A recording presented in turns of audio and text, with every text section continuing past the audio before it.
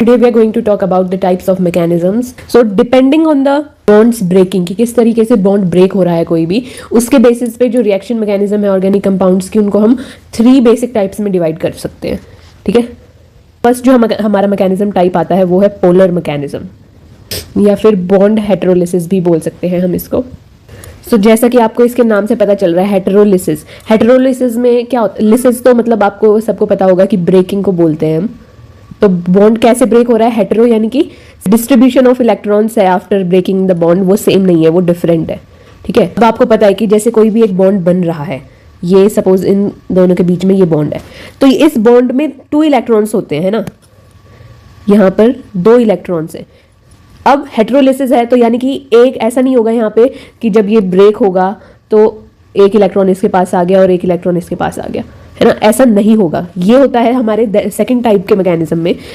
यहाँ पर ये दोनों ही इलेक्ट्रॉन किसी एक मतलब इन दोनों में से किसी एक स्पीशीज के पास जाएंगे, और वो किसके पास जाते हैं? जिसकी इलेक्ट्रोनेगेटिविटी ज्यादा होगी. ठीक है. तो यहाँ पर जो बॉन्ड ब्रेकिंग है वो किस तरीके से होगा?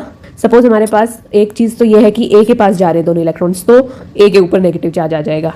या फिर ऐसा भी हो सकता है कि बी की इलेक्ट्रोनेगेटिविटी ज्यादा हो तो बी के पास दोनों इलेक्ट्रॉन्स जाएंगे.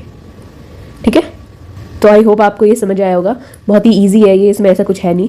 और पोलर या फिर हम इसको आयनिक भी बोल सकते हैं.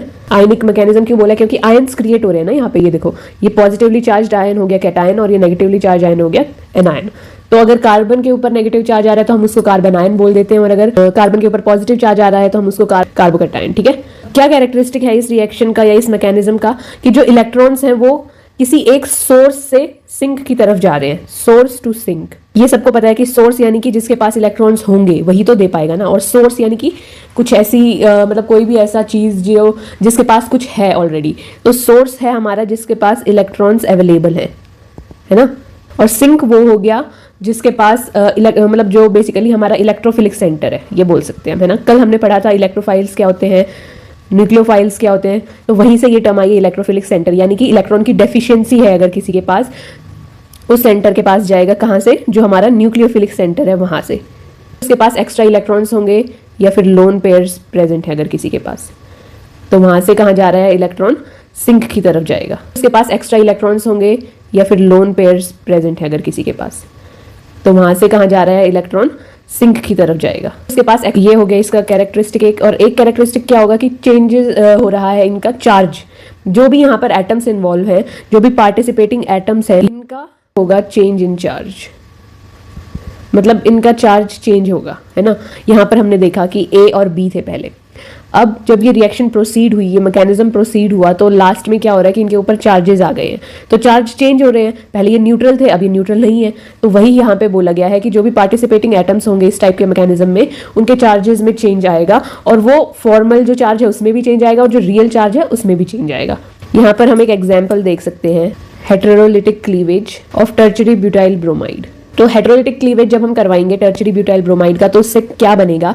देखो, टर्शियरी ब्यूटाइल ब्रोमाइड यानी कि 3 डिग्री, एक तो ये अल्काइल हैलाइड है हमारे पास, 3 कार्बन से अटैच है ये यहाँ पे, और ब्रोमीन है. और ब्रोमीन देखो अब यहाँ पर कैसे होता है ये क्लीवेज की, मैंने बताया था कि इलेक्ट्रोनेगेटिविटी इसकी ज्यादा है ना कार्बन के कंपैरिजन में.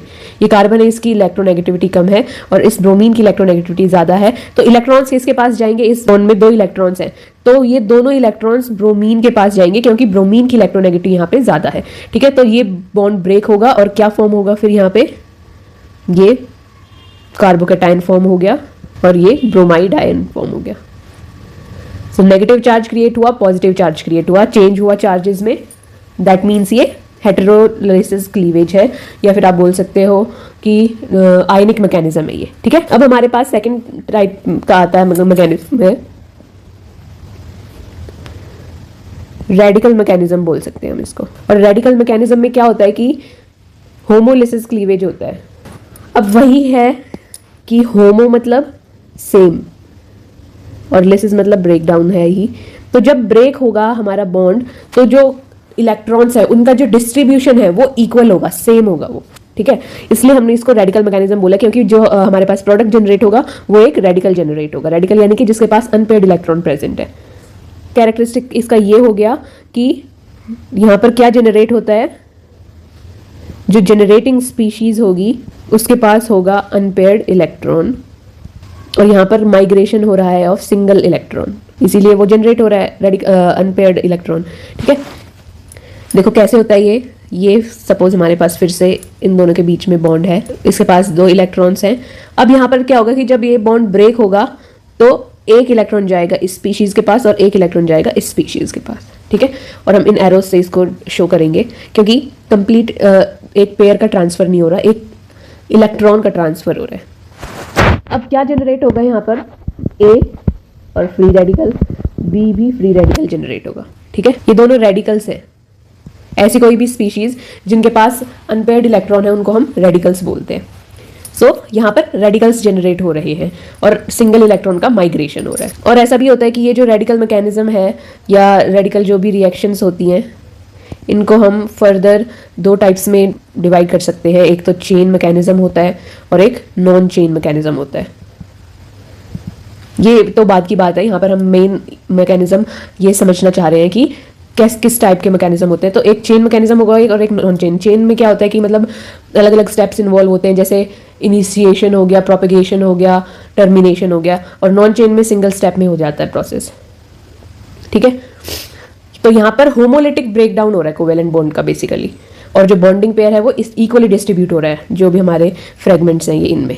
ठीक है, आई होप आपको ये समझ आया होगा। इसका एक एग्जाम्पल भी ले सकते हो आप। जो फोटोक्लोरिनेशन होता है, इसमें जो फर्स्ट स्टेप होता है उसमें होमोलिटिक ब्रेकडाउन होगा Cl2 का। ठीक है, और फोटोक्लोरिनेशन, यहाँ फोटो यानी कि लाइट की प्रेजेंस में हो रही है। लाइट की प्रेजेंस में मोस्टली जो भी रिएक्शंस होती हैं वो रेडिकल मैकेनिज्म शो करती हैं। ठीक है, तो यहाँ पर क्या होगा, जैसे Cl2 है, सिर्फ फर्स्ट मैकेनिज्म हम यहाँ पर बात कर रहे हैं, फर्स्ट मैकेनिज्म की, कि फर्स्ट मैकेनिज्म में ये रेडिकल्स जनरेट होते हैं। यहाँ पे लाइट की प्रेजेंस में ये जो Cl2 है ये ब्रेक होगा Cl फ्री रेडिकल में। ठीक है, यहाँ पर 2 Cl फ्री रेडिकल्स जनरेट होंगे और फिर आगे रिएक्शन प्रोसीड करेगी। ठीक है, यहाँ पर जो ये रेडिकल्स जनरेट होते हैं ये हाईली रिएक्टिव होते हैं, क्योंकि ऑफ कोर्स इनके पास डेफिशिएंसी है इलेक्ट्रॉन्स की, तो ये जल्दी से किसी के साथ पेयर होना चाहेंगे, इसलिए ये हाईली रिएक्टिव होते हैं। थर्ड मैकेनिज्म जो आता है पेरिसाइक्लिक मैकेनिज्म। तो पेरिसाइक्लिक मैकेनिज्म में क्या होता है कि ये एक टाइप का कंसर्टेड मैकेनिज्म बोल सकते हो आप इसको। कंसर्टेड मैकेनिज्म यानी कि कोई अलग अलग स्टेप्स इन्वॉल्व नहीं होते, एक ही स्टेप में पूरी चीज हो रही होगी। जैसे जहां पर बॉन्ड ब्रेक हो रहा होगा, साथ साथ बॉन्ड फॉर्म भी हो रहा होगा, इलेक्ट्रॉन का ट्रांसफर हो रहा होगा, ये सारी चीजें एक ही साथ हो रही है, उसको हम कंसर्टेड मैकेनिज्म बोलते हैं। और कंसर्टेड साइक्लिक शिफ्ट होता है बेसिकली यहाँ पर, और इस तरीके से नए केमिकल बॉन्ड्स बनते हैं और रिंग ट्रांजिशन होता है। ठीक है, देखो जैसे एग्जाम्पल ले सकते हैं हम यहाँ पर। देखो अब क्या होगा कि ये जो 2 इलेक्ट्रॉन्स हैं ये यहाँ पे जाएंगे, ये यहाँ पे जाएंगे और ये यहाँ पे जाएंगे, यानी कि यहाँ पर एक साइक्लिक रिंग बनेगी। अब हमारी एक 6 मेंबर्ड रिंग फॉर्म होगी, और ये जो यहाँ पर डबल बॉन्ड आ जाएगा, यहाँ पर COOET, ये आप इजीली समझ सकते हो अगर आप इसको नंबरिंग दो। एक जैसे फर्स्ट ये हो गया, सेकंड ये हो गया, थर्ड ये हो गया, फोर्थ ये हो गया, फिफ्थ ये हो गया, सिक्स्थ ये हो गया। अब फर्स्ट और सिक्स्थ के बीच में बॉन्ड बन रहा है, ये फर्स्ट और सिक्स्थ हो गया। तो ऐसे आप नंबरिंग देके इसको इजीली ड्रॉ कर सकते हो। यहाँ पर रिंग फॉर्म होगी बेसिकली। ठीक है, इलेक्ट्रॉन्स का जो शिफ्ट होगा वो कंसर्टेड टाइप में होगा, यानी कि जब एक बॉन्ड ब्रेक हो रहा है उसी टाइम दूसरा बॉन्ड फॉर्म हो रहा होगा। ठीक है, अब यहाँ पर देखो आपने यहाँ पे क्या किया कि दोनों इलेक्ट्रॉन्स को हमने यहाँ पर शिफ्ट किया है ना। यहाँ पर ये जो दोनों इलेक्ट्रॉन्स हैं इन दोनों को हमने यहाँ पर शिफ्ट किया और एक बॉन्ड बनाया है, तो ये हेटेरोलिसिस हो गया। अब ऐसा होता है कि ये होमोलिसिस के थ्रू भी ये मैकेनिज्म हो सकता है। कैसे होगा वो अब हम देखते हैं। सो देखो यहाँ पर इलेक्ट्रॉन्स का कैसे ट्रांसफर होता है, हमने पढ़ा है कि जैसे ये बॉन्ड है, अब इस बॉन्ड में 2 इलेक्ट्रॉन्स होंगे, एक इलेक्ट्रॉन जाएगा यहाँ पे और एक इलेक्ट्रॉन जाएगा यहाँ पर। ऐसे ही ये जो बॉन्ड है इसमें भी 2 इलेक्ट्रॉन्स हैं, एक इलेक्ट्रॉन जाएगा यहाँ पे और एक इलेक्ट्रॉन जाएगा यहाँ पे, फिर सिमिलरली यहाँ पे और एक यहाँ पे। तो इस तरीके से फिर रिंग बनेगी। जो हमारा प्रोडक्ट आएगा वो तो सेम ही आएगा, क्योंकि रिंग ही बना रहे हैं दोनों, लेकिन अलग अलग तरीके से बन रही है। यहाँ पर रिंग मैकेनिज्म जो इन्वॉल्व हो रहा है वो दोनों में अलग अलग है। और क्योंकि यहाँ पे ऐसे एक इलेक्ट्रॉन ट्रांसफर यहाँ हो रहा है, एक यहाँ ट्रांसफर हो रहा है, तो इसलिए हमने इसको होमोलिसिस बोला है। प्रोडक्ट जो है हमारा वो दोनों केसेस में सेम है। अब इन टाइप की रिएक्शंस में क्या होता है कि ओवरलैप होता है पार्टिसिपेटिंग ऑर्बिटल्स का, और ऑर्बिटल सिमिट्री यहाँ पर कंसीडर की जाती है। ठीक है, यहाँ पे ऑर्बिटल सिमिट्री को हम कंसीडर करते हैं। अगर दोनों ऑर्बिटल्स की सिमिट्री सेम है तभी ये मैकेनिज्म हो पाएगा, अदरवाइज नहीं हो पाएगा। तो यहाँ पर हम ऑर्बिटल सिमिट्री को कंसीडर करते हैं। और होमोलिटिक और हेटेरोलिटिक, अब मतलब जैसे यहाँ पर तो हमने खुद करके देखा है, लेकिन वैसे हम बता नहीं सकते कि अगर ये हमारा प्रोडक्ट गिवन है कि अगर इसको होमोलिसिस से बनाया गया है या हेटेरोलिसिस से बनाया गया है, वो हम यहाँ पर नहीं बता सकते।